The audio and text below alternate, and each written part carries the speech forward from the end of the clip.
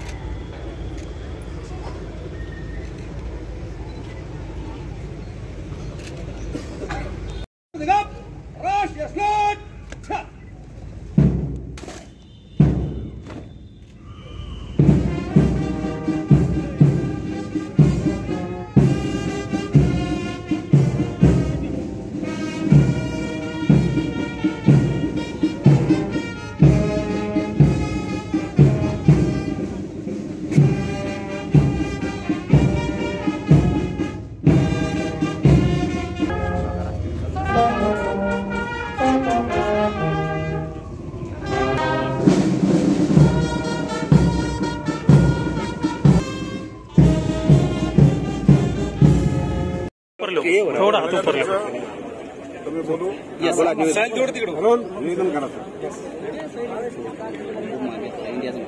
भारत देशाच्या आज 77व्या स्वातंत्र्य दिनानिमित्त मी सर्व जनतेस स्वातंत्र्य दिनाच्या खूप खूप शुभेच्छा देतो।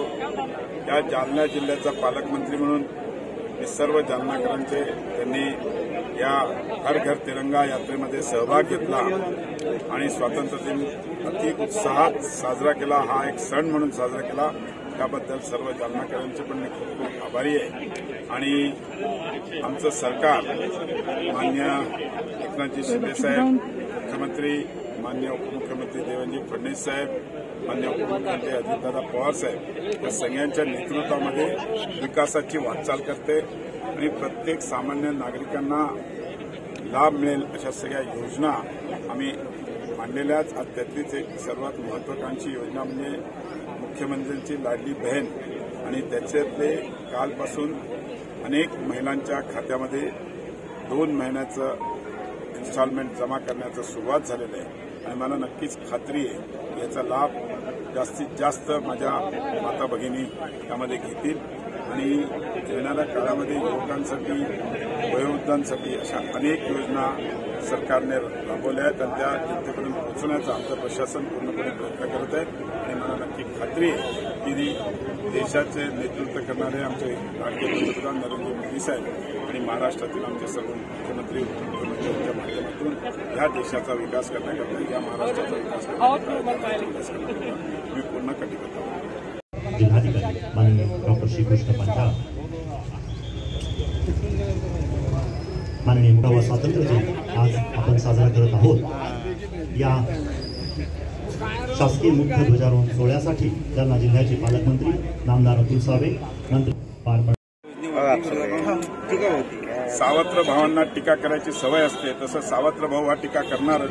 सावत्र भावाला आता दुःख होत असेल ज्या भगिनीच्या खात्यामध्ये पैसे, कारण की शेवटी ते सावत्र भावाकडे जाणार नाही, त्याच्यामुळे सावत्र भावाला दुःख होते। आता लाडका भाऊ योजना कधी राबवणार? ती पण चालू आहे, त्याची नोंदणी चालू केलेली आहे। त्याच्याबद्दल पण जी अप्रेंटिसशिप मिळणार आहे 12वी पास, ग्रॅज्युएट आणि ITI होल्डरना सगळ्यांना, आणि त्यांना प्रशिक्षण पण मिळणार। सर, खरीप हंगामातील अनुदान आलंय मात्र याद्या बनत नाहीत, कर्मचारी सध्या संपावर। आम्ही आत्ताच कलेक्टर साहेबांशी येताना बोलत होतो, लवकरात लवकर त्याची आम्ही यादी बनवून ते संपुष्टात आणून त्या सगळं तयार करू।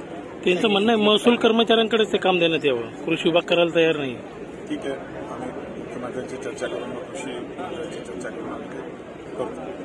स्वातंत्र्य दिन जो है और कल से लाडली बहन रेखा जो है उसके अंतर्गत पैसे वितरित होना शुरू होगा, क्या तैयारी?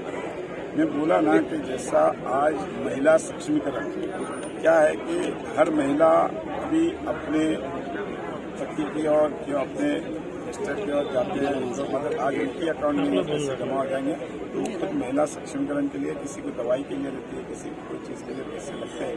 तो ये माननीय मुख्यमंत्री साहब ने और उप मुख्यमंत्री साहब ने ये सोच के ये योजना ये की है कि हर महिला का सक्षमीकरण वो स्टेबल होना चाहिए, इसलिए ये योजना